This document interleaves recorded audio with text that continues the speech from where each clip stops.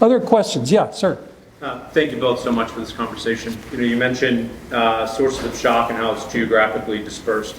How much do you think that the problems we're facing in the country are due to the abandonment of federalism, the concentration of power in the executive, and really the inertia of a federal government and how they make decisions with a lack of conviction across policies? Well, it's a great question. You take it. You were the policymaker. I would just say in little parts. I would say the federal government is too strong and too weak. And so many of the interventions that are needed, whether it's place-based aid, changes in social insurance, those really are federal functions. But states really could be much more of a laboratory, to wit, putting applied research centers around the country. And one of the greatest innovations in American economic policy for growth was in the 19th century, the land-grant colleges. Federal support, federal block grant in today's terms, goes to states to build colleges that really help the transition from agriculture to manufacturing. So I think states can, and there was a lot of state heterogeneity that led to their success. I do think states can play a very valuable role and have it, but I don't think we can let the federal government off the hook. The political dysfunction at the federal level has to deeply concern us. And indeed, if you don't have to have too many minutes with any senior business person, and top of his or her mind is this exact problem to deal with. I don't know what you would say. So two reactions immediately to that. The first one is,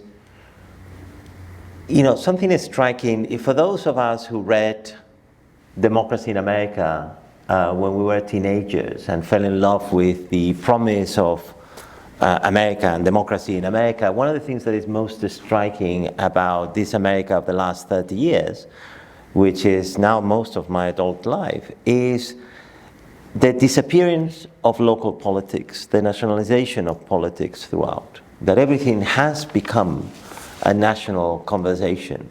So this to me is problematic because it tends to, and I think it has to do with these big shocks that somehow many in our society feel that the shocks that are affecting their day-to-day life are shocks that are huge, technology or trade, which they're not in themselves local. They have local effects, but they're not local in nature. We enter into trade agreements with China. We allow China into the WTO, say, and that's bound to have an aggregate effect on the US economy. Technology is something that affects us all, independently of where we are located. So naturally, that has reoriented the political individual towards whoever is making the decisions regarding those big shocks that are having such a first-order effect in my life. There's something else too, by the way, which is, it's not that we don't know many of these things. You talk about this in class, and there's something that you say in class that I like very much.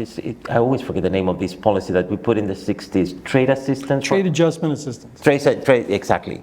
Trade adjustments. I don't know how you can remember all these things, but it's basically a policy from the 60s that was put in place to assist those that would essentially suffer an unemployment spell on account of trade, international trade, that, somehow, this production no longer takes place in Ohio because it's now being done in China, say, well, you have the right to some type of assistance because we realize this shock, which may be welfare improving for the entire country, affects you in a particular negative way.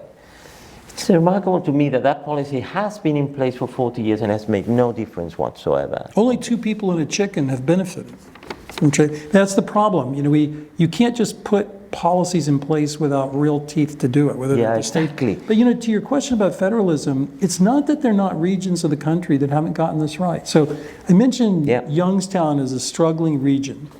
Pittsburgh is a relatively successful place. Pittsburgh and Youngstown both face similar shocks. They're not that far apart. Yet Pittsburgh was able to mobilize local economic leaders, local business leaders, and say, we've got to diversify and change this economy, and they did. Compare Massachusetts, post the failure of the mills, to southern states that tried to use protectionism to protect the mills. Look at the change in prosperity. So different regions do get this right. And a lot of what politicians should be doing is trying to look across the country, wherever there's a success story, and say, what did those local business people and politicians do? And can we replicate that?